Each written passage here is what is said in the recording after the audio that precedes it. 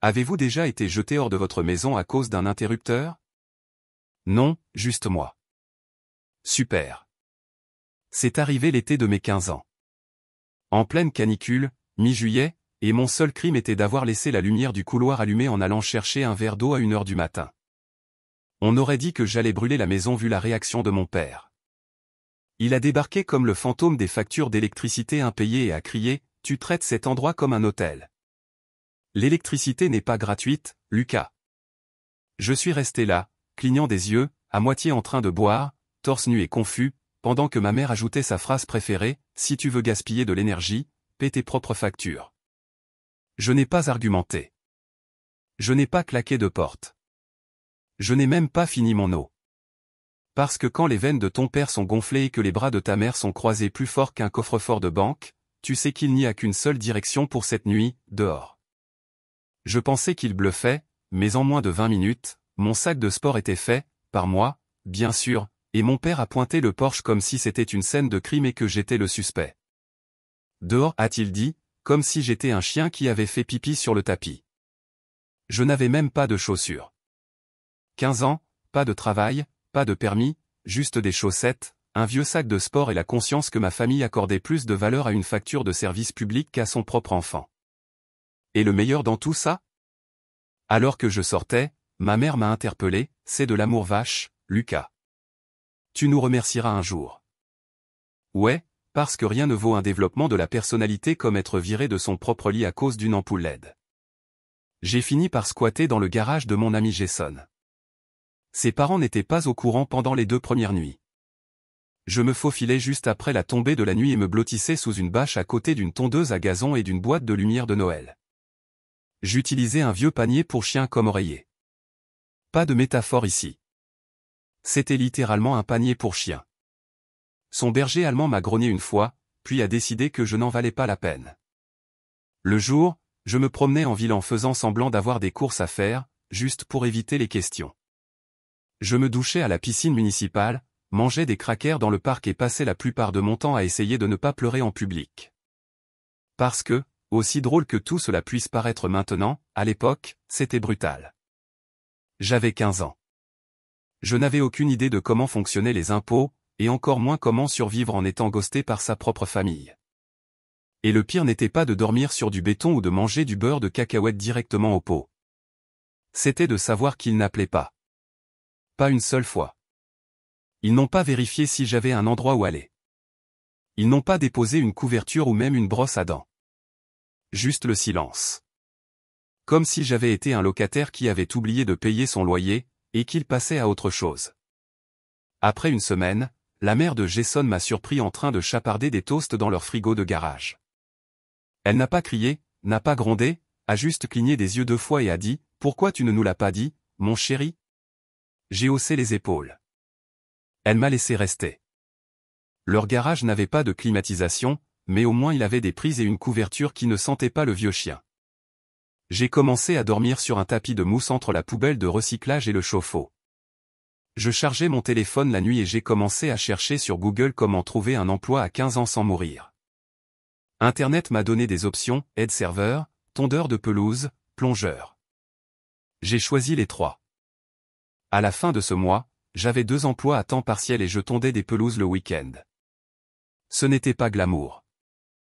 J'étais constamment fatigué, toujours en sueur, et mes seules vacances étaient les 5 minutes entre les quarts de travail où je pouvais boire du sprit en paix.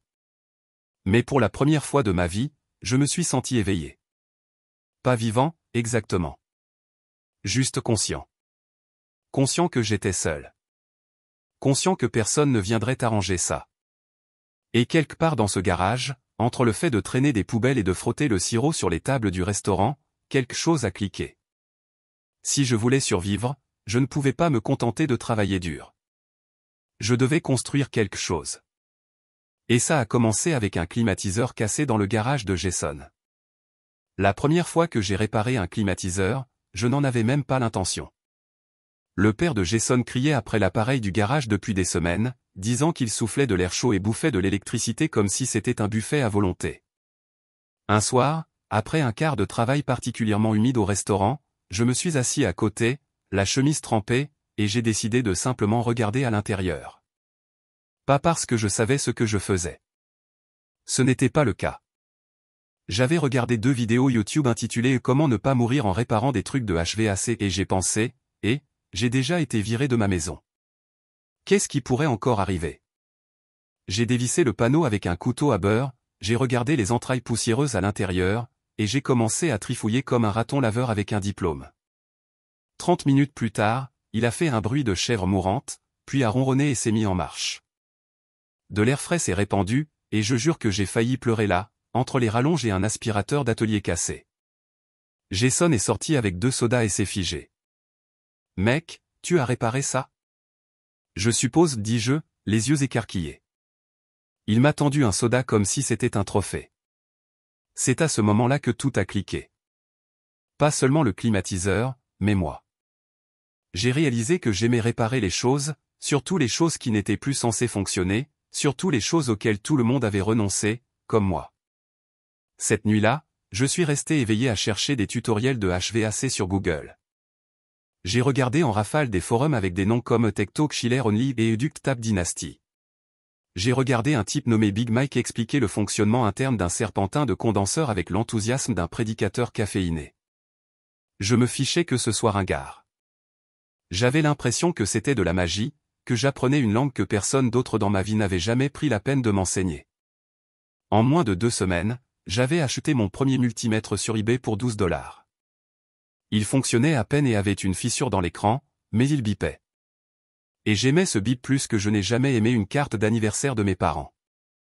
J'ai commencé à proposer de réparer des choses dans le quartier. Pas pour de l'argent, juste pour pratiquer, des climatiseurs de fenêtres, des thermostats, des réfrigérateurs. La moitié du temps, j'empirais les choses. L'autre moitié, il proposait de me payer en espèces ou en reste. Une dame m'a payé en lasagne. J'ai considéré que c'était une victoire. À 17 ans, j'avais une caisse allée pleine d'outils, un cahier plein de codes de dépannage, et une annonce Craigslist qui disait « Technicien HVAC adolescent ». Pas cher, rapide, pas terrible. Étonnamment, ça a marché. Mon premier emploi officiel était chez Madame Lanetti. Son climatiseur soufflait de l'air chaud et son petit-fils devenait grincheux. Je l'ai réparé en 2 heures chrono. Elle m'a donné 80 $ en espèces et un smoothie à la mangue. Je suis rentré chez moi comme si j'avais gagné à la loterie. Cet argent est allé directement à un sac à outils d'occasion et une nouvelle lampe de poche. J'ai appelé la lampe de poche Bimer. Bimer et moi avons réparé 5 autres unités ce mois-là. Jason m'a aidé à concevoir un logo. C'était censé être un flocon de neige portant des lunettes de soleil. Ça ressemblait plus à une araignée confuse, mais nous l'avons imprimé sur des t-shirts quand même. Je portais ce truc comme une armure. Puis est arrivé le collège communautaire. Pas en tant qu'étudiant. J'étais trop jeune, trop fauché et trop occupé. Mais j'ai trouvé un professeur de HVAC qui me laissait me faufiler à l'arrière de son cours si je promettais de ne pas poser de questions. Il avait une moustache dans laquelle on pouvait ranger des crayons et une voix qui sonnait comme s'il avait fumé 2 paquets par jour depuis l'administration Nixon. Je l'appelais le professeur Poumon. Il m'appelait le gamin avec des opinions. Il ne m'a jamais demandé pourquoi j'étais là. Ne m'a jamais dit de partir, m'a juste jeté un vieux manuel et a dit, si tu peux réparer l'unité de laboratoire sans la faire exploser, je te donnerai les schémas de câblage. Je l'ai réparé 2 fois. Cet hiver, j'ai réussi ma certification EPA section 608. J'ai emprunté un veston de costume dans le placard de Jason et je suis entré dans le centre d'examen comme si j'étais à ma place. Quand le surveillant m'a remis les résultats, réussis, universels, j'ai failli l'embrasser. Au lieu de cela, je me suis offert un vrai déjeuner pour la première fois depuis des mois, burger, frites, sans regret. J'aimerais pouvoir dire que mes parents ont appelé pendant tout ce temps. Ils ne l'ont pas fait. Pas de « comment vas-tu » Pas de « tu nous manques ». Pas même un sarcastique « tu gaspilles toujours de l'électricité ». Ils ont juste disparu, ce qui honnêtement a aidé parce que chaque fois que je voulais abandonner, chaque fois que je me sentais comme un imposteur portant les bottes de travail de quelqu'un d'autre, je me souvenais de ce Porsche, de la façon dont mon père a pointé, de la façon dont ma mère n'a pas cligné des yeux, et des mots que j'ai entendus alors que la porte se refermait derrière moi, « tu nous remercieras un jour ». Eh bien, ce jour se rapprochait. On ne peut pas diriger une entreprise avec du ruban adhésif et des rêves. J'ai essayé. Au début, ce n'était que moi, Bimer la lampe de poche, et un vieux vélo avec une seule vitesse qui fonctionnait. J'attachais le sac à outils à l'arrière avec un cordon élastique, je priais pour qu'il ne tombe pas dans la circulation, et je pédalais à travers la ville en ressemblant à un éboueur voyou en mission. Mais le mot s'est répandu. Madame Lenetti l'a dit à son groupe de bridge. Son groupe de bridge l'a dit à son église, et la chose suivante que j'ai su, c'est que j'avais plus de demandes que je ne pouvais physiquement en faire à vélo. J'avais même une critique ILP écrite en majuscule qui disait juste, il a réparé le truc froid. 5 étoiles. Le problème était que je jonglais toujours avec 2 emplois et me faufilais dans des cours universitaires entre les concerts. J'étais épuisé, fauché et usais mes baskets plus vite que je ne pouvais en scotcher les semelles. Un soir, après avoir glissé sur une flaque de liquide de refroidissement renversé et m'être écrasé la figure dans une pile de filtres à air, je me suis assis dans le garage, saignant légèrement, et j'ai décidé que ça ne pouvait pas être juste un petit boulot. Il fallait que ce soit une équipe. Mais pas n'importe quelle équipe. Je voulais des gens comme moi, des jeunes à qui on avait dit, tu ne vaux pas la peine qu'on investisse en toi, qui se sont fait virer, faire taire, ridiculiser. Je ne voulais pas d'embauche de complaisance. Je voulais des survivants, des gens avec de la terre sous les ongles et du feu derrière les yeux. Alors, j'ai commencé à recruter. Ma première embauche a été un gars que j'ai rencontré dans la cuisine du restaurant qui réparait des unités de HVAC à la maison de correction. Il était calme, précis et avait une connaissance encyclopédique des fusibles. Il jurait aussi comme un charretier, mais seulement quand les tuyaux en cuivre se pliaient. Ensuite est venu D, abréviation de Deandra, qui pouvait soulever un serpentin de condenseur comme si c'était un sac de provisions. Elle a une fois recablé une boîte de disjoncteurs entière de la main gauche tout en mangeant une barre granola de la main droite. Je lui ai offert un emploi sur le champ. À la fin de cette année, nous étions 3, travaillant dans un garage emprunté en utilisant des presse-papiers volés à un centre de tutorat défunt. J'ai imprimé des cartes de visite à la bibliothèque. Elles étaient tordues, maculées et affirmaient fièrement « LV et Ender, construit à partir de rien, réparé avec le feu ». Nous n'avions pas d'uniforme. Nous avions des sweats à capuche assortis que j'ai achetés dans un magasin d'occasion et brodés moi-même avec un kit de patch à repasser. La moitié se sont décollés dans le sèche-linge. Je m'en fichais. Nous n'avions pas de bureau. Nous n'avions pas de réceptionniste. Nous avions une boîte à outils, une échelle à rallonge et un calendrier Google partagé que nous dations religieusement. Mais nous avions quelque chose de mieux que le vernis, la réputation. Parce que quand tu arrives tôt, que tu répares la chose correctement du premier coup, et que tu écoutes réellement tes clients, les gens s'en souviennent.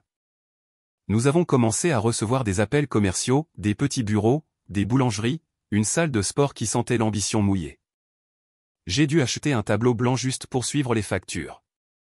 Puis est venu le fourgon. Il n'était pas beau. Il était de la couleur de la tristesse et avait une bosse sur le côté en forme de Floride, mais il roulait, la plupart du temps. Zek et moi l'avons poncé, peint nous-mêmes et ajouté notre logo en utilisant des autocollants adhésifs qui refusaient de rester droits. On aurait dit qu'un enfant en bas âge avait essayé de faire du branding, mais il était à nous. Un matin, alors que nous mangions des sandwichs de petit déjeuner de station-service et que nous regardions la vapeur s'élever des évents, j'ai réalisé quelque chose, je ne faisais plus que survivre. Nous construisions quelque chose. Et à chaque boulon que nous serrions, chaque thermostat que nous calibrions, nous ne faisions pas que réparer des maisons. Nous nous réparions nous-mêmes, prouvant tranquillement que nous valions plus que ce que le monde avait jamais parié sur nous. Puis un jour, c'est arrivé.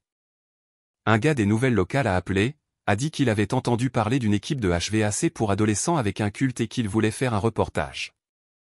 J'ai tellement ri que je me suis étouffé avec mon café glacé. J'ai pensé que c'était une blague. Ce n'en était pas une. Il est venu, a filmé un segment et l'a diffusé ce vendredi soir juste après le bulletin météorologique. Le titre, Garage Gris, l'équipe locale construit une entreprise de HVAC à partir de rien. Mon téléphone a explosé. Jason a envoyé un texto, mec, tu es littéralement à la télé en ce moment. Maman a pleuré. Le gérant du restaurant a appelé et a dit que je devrais penser à me consacrer à plein temps. Zek m'a fait un check si fort que j'ai failli faire tomber un thermostat. Et mes parents? Ils n'ont pas appelé. Pas ce soir-là. Pas le lendemain. Mais dimanche matin, mon nom était en trending dans leur cercle Facebook, et soudain, ils se sont souvenus que j'existais. La première fois que ma mère m'a envoyé un message en 2 ans, c'était parce que sa collègue avait partagé le reportage sur Facebook. Le message disait « Si fier de toi, cœur rouge. Nous avons toujours su que tu avais ça en toi. Rattrapons le temps perdu bientôt. » Je l'ai regardé pendant 10 minutes, essayant de décider s'il fallait rire, crier ou simplement renvoyer une photo du plancher du garage sur lequel j'avais dormi pendant des mois. Au lieu de cela, je l'ai laissé sur l'UB et je suis retourné frotter le ruban adhésif fondu sur le tableau de bord du fourgon. La même semaine, mon père, le même homme qui avait crié une fois « L'électricité ne pousse pas sur les arbres ». Comme si c'était Shakespeare, m'a laissé un message vocal, Lucas, et mon pote. J'ai entendu parler de l'entreprise. C'est impressionnant. Vraiment fier. Je pense qu'il est peut-être temps qu'on s'assoie, qu'on parle d'homme à homme, tu sais, allons dîner. C'est moi qui invite. Il a même ajouté un rire à la fin, comme si nous étions de vieux copains qui se retrouvaient sur un terrain de golf au lieu de 2 personnes avec un passé commun de portes claquées et d'excuses non présentées. Je n'ai pas répondu. J'ai cependant été invité à une table ronde d'entreprise au centre communautaire local, une de ces choses d'histoire de réussite d'entrepreneur où ils te donnent un micro bon marché et te demandent comment tu es passé de 0 à héros du HVAC. C'était sponsorisé par la chambre de commerce, avec de tristes biscuits et un café léger, mais c'était quand même quelque chose. Ils m'ont demandé de prendre la parole dimanche. 2 jours avant l'événement, j'ai reçu un courriel. Ligne d'objets, invités spéciaux, panel du dimanche. Et devinez qui était sur la liste? Soutiens locaux des entreprises, M. Et Madame Roland, parents de Lucas. Je l'ai lu 2 fois. Ils ne m'ont pas demandé, n'ont pas appelé, ont juste répondu comme si c'était une réunion de l'association des parents d'élèves et non pas ma véritable histoire. Zek a vu mon visage et a demandé ce qui se passait. Je lui ai tendu mon téléphone. Il a lu le courriel, a cligné des yeux et a murmuré « Bon, il est temps de sortir le côté mesquin. » J'ai souri. Pas mesquin, juste préparé. Alors, j'ai commencé à collectionner. Les vieux talons de paie du restaurant, le reçu de mes frais d'examen de l'EPA, la facture froissée du magasin d'occasion où j'ai acheté nos premières chemises de travail, même l'impression Craigslist du fourgon à $800 avec le besoin d'amour dans la description. J'ai tout mis dans un dossier, intitulé « Preuve que je l'ai fait moi-même ». Dimanche est arrivé vite. J'ai porté mon sweat à capuche le plus propre, repassé mon jean, et même utilisé du vrai déodorant. Zek a dit que je ressemblais à un adulte respectable et a immédiatement demandé si j'étais en train de mourir. L'événement était bondé pour une petite ville, mais il y avait quand même d'anciens professeurs, d'anciens clients, un type qui m'avait une fois volé un paiement mais qui voulait maintenant un selfie. Et puis je les ai vus, mes parents, au premier rang, maman en perles, papa en kaki, des sourires comme des mannequins dans une salle d'exposition. Quand je suis monté sur scène, ils ont applaudi plus fort que quiconque. J'ai pris le micro, jeté un coup d'œil à la foule et souri. Salut, je suis Lucas. Je suis le propriétaire de LV Chauffage et Climatisation. Je répare des choses. J'ai aussi dormi dans un garage. La moitié de la foule a gloussé. J'ai continué. J'ai démarré cette entreprise avec rien d'autre qu'un vélo cassé et une lampe de poche fissurée. Certaines personnes pensaient que je n'y arriverais pas. Certaines personnes se sont assurées que je n'avais pas d'endroit où commencer. Silence. Le sourire de mon père a tremblé. Je voudrais remercier mon équipe, mes amis et quelques objets spéciaux qui m'ont amené ici. J'ai sorti le dossier. Ce reçu, il vient du magasin d'aubaine où j'ai acheté nos premiers uniformes. Celui-ci, j'ai montré le dossier et mes frais de certification EPA, payés avec des pourboires de restaurant. Maman a cligné des yeux avec force. Ceci était l'annonce Craigslist pour la camionnette. Acheté après 3 mois à partager des sandwichs Subway avec mon équipe. Un babo de quelqu'un au dernier rang. Et ça, j'ai brandi une photo du garage, c'était mon premier bureau. Pas de bureau, pas de chauffage, mais beaucoup de cœur. J'ai fait une pause. Mes parents sont ici aujourd'hui. Ils ont confirmé leur présence en tant que supporters, ce qui est intéressant parce que quand j'avais 15 ans, j'ai été mis à la porte de la maison pour avoir laissé une lumière allumée. Allaitement. Des vrais. Je ne les ai pas regardés, juste directement le public. Les histoires de réussite sont belles, mais ne prétendons pas que le chemin qui y mène est toujours pavé de pom-pom girls. Parfois, il n'y a que vous, une clé à molette et la décision de vous présenter quand même. Applaudissements, forts, bruyants. Un type a même sifflé. Je me suis reculé, j'ai laissé le prochain orateur prendre le micro et je suis sorti de scène. Ma mère s'est levée pour me rencontrer, les lèvres pincées. « Lucas, on peut parler ?» Je suis passé devant elle, lentement et calmement. « Non merci. L'électricité est chère. » Je m'attendais à un silence radio. Au lieu de cela, j'ai eu une pression tous azimuts. Lundi matin, je me suis réveillé avec 4 appels manqués de mon père, un email de 2 paragraphes de ma mère intitulé « Mettons les choses au clair », cœur rouge et un SMS de Nathalie, oui, cette Nathalie, la cousine qui m'a un jour appelé garçon climatisation à Thanksgiving, Nathalie ici. La famille est en effervescence. Grand discours. Grand-maman veut savoir si c'est sur YouTube. Aussi, lol pour les reçus. Énergie de roi mesquin. Le feu. Je n'ai pas répondu. À midi, j'avais été tagué dans 3 publications Facebook par des personnes dont je me souvenais à peine du collège. L'une disait, nous avons toujours su que Lucas réussirait. Une autre disait, quelle inspiration. Me bloque toujours pour une raison quelconque. Et la cerise sur le gâteau, le bulletin municipal a publié un article, du garage à la grandeur, l'équipe locale devient un magnat du CVC. Magnat. J'avais une camionnette, 3 humains et un chien qui aboyaient sur les thermostats. Mais bien sûr, magnat fonctionne. Cet après-midi-là, pendant que Dé équilibrait les factures et que Zek avait le coude enfoncé dans un compresseur, j'ai entendu frapper. Pas une frappe, la frappe. J'ai ouvert la porte de l'atelier, et ils étaient là. Mes parents, tous les 2 habillés comme s'ils revenaient de l'église ou du tribunal. Difficile de dire lequel. Ma mère tenait un sac d'épicerie comme une offrande de paix. Mon père avait ce sourire aux lèvres serrées qu'il réservait autrefois aux rencontres parents-professeurs. « Lucas, dit doucement ma mère, on peut entrer ?» Je me suis écarté, non pas par pardon, mais par curiosité. Ils se sont assis à la table pliante que nous utilisions pour les pauses déjeuner.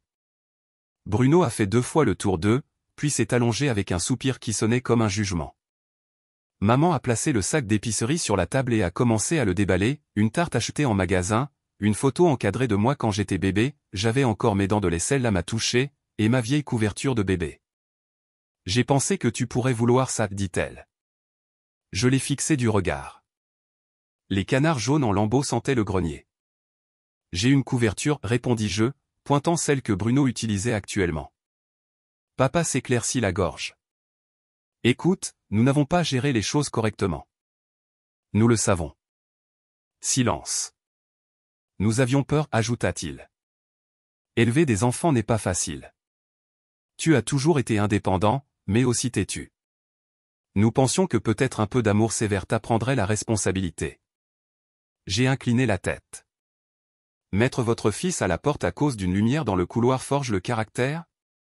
Il tressaillit. Nous étions sous pression.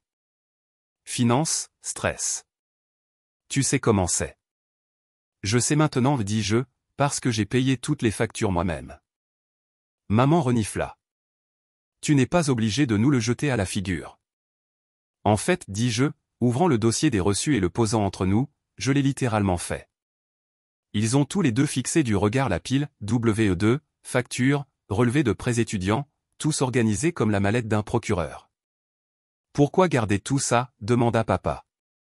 Parce que je savais qu'un jour vous essaieriez de vous en attribuer le mérite, dis-je. Il grimaça. Maman baissa les yeux. Nous ne demandons rien. Alors pourquoi vous présentez ? Plus de silence. Parce que nous ne savions pas, dit-elle. Nous ne savions pas que tu ferais tout ça, que tu ferais quelque chose de réel, quelque chose de respecté. Elle a regardé autour du garage les outils, le tableau blanc, les pièces de CVC poussiéreuses empilées comme des trophées. Nous sommes fiers de toi, murmura-t-elle. Nous le sommes vraiment. C'était presque crédible. Mais voici ce qu'il en est de la fierté, si elle ne se manifeste que lorsque les caméras le font, ce n'est pas de la fierté, c'est des relations publiques. Vous savez ce qui est drôle, dis-je. Vous n'êtes jamais venu au restaurant quand je travaillais 12 heures par jour. Vous ne m'avez jamais demandé comment je payais mes études, mais au moment où je suis monté sur scène, soudain, je suis une histoire de réussite familiale. Ce n'est pas juste « Comment ça papa ?» C'est exactement juste « Coupez-je ». Vous m'avez jeté comme un déchet. Et maintenant que je suis brillant, vous voulez me recycler? Il se pencha en arrière, exhala. Nous voulons juste une deuxième chance. Je voulais une première. Boum. Ça a marché. Pendant une seconde, ma mère a eu l'air qu'elle allait pleurer, mais au lieu de cela, elle a ramassé la tarte et l'a fait glisser à travers la table. Si tu veux parler un jour, dit-elle, nous sommes là. J'ai regardé la tarte, aux pommes, achetée en magasin. Tout comme l'effort. Ils se sont levés, sont sortis, n'ont pas claqué la porte, n'ont pas regardé en arrière. Je suis resté assis là pendant longtemps. Bruno a poussé mon pied comme pour dire, c'était bizarre pour toi aussi? Je l'ai gratté derrière les oreilles et j'ai chuchoté, je sais, mon pote. Puis j'ai ouvert la tarte. Elle était sèche. Je n'avais pas prévu de devenir viral. C'est arrivé un mardi, le même jour où j'ai bouché une conduite de condensat si gravement qu'on aurait dit que l'immeuble gargouillait. Zek l'a réparé pendant que des marmonnaient sans cesse béni soit ce bordel et lui tendaient des clés comme un assistant chirurgical. Juste une journée comme une autre au bureau. Puis mon téléphone a commencé à vibrer. Au début, j'ai pensé que c'était un client, puis 2, puis 5. Le 6e SMS est venu de Jason. Mec, regarde Facebook. Ta mère est passée en mode héros local. Je me suis figé, je me suis connecté et c'était là, la publication. Une photo de moi sur scène en plein discours, probablement une capture d'écran de l'enregistrement flou de l'iPhone de quelqu'un, légendé dans une police fleurie entourée d'émojis et d'une bulle de texte qui disait « Si fier de notre fils, Lucas ». Des humbles débuts au chef d'entreprise. Nous avons toujours cru en toi. Le soutien est important. J'ai failli m'étouffer avec mon déjeuner. Les commentaires étaient encore pires, des gens de leur église qui disaient « Vous l'avez bien élevé ». Et, quel témoignage! Une dame a même demandé si ma mère offrait des cours de parentalité. J'avais envie de crier. Au lieu de cela, j'ai envoyé un message à ma mère, enlève-le ou je le ferai. Elle a répondu presque instantanément, Lucas, je ne comprends pas l'hostilité. Ne pouvons-nous pas te célébrer en famille? Oh, nous allions célébrer, mais pas de la façon dont elle l'espérait. Ce soir-là, j'ai publié quelque chose de moi-même. Pas passif-agressif, juste agressif-agressif. C'était un collage de photos, des photos côte à côte de moi dormant sur le sol du garage dans un sweat à capuche, mon premier horaire de travail scotché à un réfrigérateur, le dossier des reçus, la camionnette avec la bosse en forme de Floride, moi tenant une clé à molette en souriant comme un idiot lors de notre premier travail d'équipe. Légende, j'ai construit ça avec des pourboires de restaurant, des tutoriels YouTube et du ruban adhésif. Pas de dons, pas de filet de sécurité. Si vous n'étiez pas là quand je n'avais rien, ne réécrivez pas l'histoire maintenant que j'ai quelque chose. Construite passe doué. En 1 heure, il avait 700 partages. Au matin, il a atteint 3000. Les commentaires étaient animés. La moitié de la ville a applaudi. Des inconnus des forums CVC ont participé. Un gars a dit, mec, ça vient de me faire appeler ma mère et lui dire de se calmer. L'autre moitié? La famille. Nathalie m'a envoyé un message, eh bien, ça a dégénéré. Grand-père est confus. Tante Marie prie. Ma mère m'a envoyé un SMS, long cette fois, des paragraphes sur les malentendus, la honte publique et le fait de laver le linge sale en public. Mon père a appelé. Je n'ai pas répondu. Zek, bien sûr, a imprimé la publication et l'a épinglée dans notre garage à côté du thermostat. Comportement emblématique, dit-il. Certifié mesquin. Je suis inspiré. Je ne me sentais pas victorieux, cependant, juste honnête. Pour la première fois de ma vie, l'histoire n'a été éditée par personne d'autre, pas de parents tordant les faits pour avoir l'air mieux lors d'un brunch, pas de sourire à travers les dents pendant qu'ils s'attribuaient le mérite de sacrifices qu'ils n'avaient pas fait. Tout était là, laid, réel, à moi. Plus tard cette semaine-là, j'ai reçu un appel du directeur du centre communautaire. Ils organisaient un événement pour les jeunes appelé Rise Up, histoire du rez-de-chaussée et voulaient que je prenne à nouveau la parole, cette fois en tant que conférencier principal. J'ai dit oui. Le soir de l'événement, je me suis tenu dans les coulisses dans le même sweat à capuche propre, tenant une copie de mon dossier de reçus original, maintenant plastifié et organisé avec des onglets. Mais j'ai ajouté un élément supplémentaire, une capture d'écran de la publication Facebook de ma mère à côté de la publication que j'ai écrite en réponse. Je ne l'ai pas fait pour l'embarrasser. Je l'ai fait parce que quand on construit quelque chose à partir du sol d'un garage, chaque fissure du parcours compte. Et si les gens vont parler de mon histoire, ils vont la voir en entier, pas la version nettoyée, pas la fiction où nous avons toujours été fiers, la version avec de la poussière, du ruban adhésif et beaucoup de reçus. La prochaine fois que ma mère a appelé, je n'ai même pas reconnu le numéro. C'était de la ligne de son bureau, celle qu'elle utilisait pour rappeler les clients lorsqu'elle travaillait à temps plein dans l'immobilier. Pendant une seconde, j'ai pensé que c'était peut-être une référence. J'ai décroché. Lucas, c'est maman. Clic. D'accord. Je n'ai pas vraiment raccroché, mais j'y ai pensé. Elle a sauté dedans. J'ai vu la publication et les commentaires. C'est devenu un peu excessif, tu ne penses pas? Quelle partie, ai-je demandé? La partie où tu as affirmé avoir financé mon entreprise, ou la partie où la ville pense maintenant que tu m'as appris le CVC? Sa voix a fait cette chose bancale qu'elle faisait toujours quand elle voulait paraître émotionnellement disponible. Nous essayons juste de faire à nouveau partie de ta vie, c'est tout. Cool, dis-je. Commencez par être honnête au sujet des années où vous ne l'étiez pas. Silence. Je ne sais pas pourquoi tu es encore si en colère. Tu as du succès. Tu as fait tes preuves. N'est-ce pas suffisant? C'est à ce moment-là que j'ai compris. Il ne me détestait pas. Il détestait juste que je n'ai plus besoin d'eux. J'ai laissé le silence planer avant de répondre. Il ne s'agit pas de faire mes preuves. Il s'agit de se souvenir de qui a aidé, et de qui ne l'a pas fait. J'ai raccroché avant qu'elle ne puisse le déformer. Plus tard ce jour-là, je suis entré dans le garage et j'ai trouvé des en train de dessiner des schémas de CVC sur le tableau blanc pour un nouvel stagiaire. Zek apprenait à l'enfant comment charger une camionnette sans meurtrir un serpentin de condenseur. C'était ma vraie famille, des gens qui se présentaient, des gens qui restaient, des gens qui ne vous mettaient pas à la porte à cause d'une facture d'électricité et qui applaudissaient ensuite quand les caméras s'allumaient. Je leur ai dit que nous nous développions. Zek a haussé un sourcil. Tu vas enfin acheter cette deuxième camionnette? Non, dis-je en souriant. Nous allons avoir un bâtiment. Voyez, le centre communautaire m'avait présenté une femme nommée Cheryl qui dirigeait un programme pour les jeunes déplacés. Elle a été impressionnée par l'entreprise, l'histoire et les reçus, en particulier ceux qui étaient plastifiés. Elle a demandé si je serais intéressé par un partenariat. Elle aiderait à obtenir un espace si je formais les enfants de son programme aux bases du CVC. C'était une évidence. Nous avons signé le bail une semaine plus tard, un entrepôt délabré à la périphérie de la ville. Bardage rouillé, béton fissuré, ça sentait le vieux pop-corn et l'huile moteur.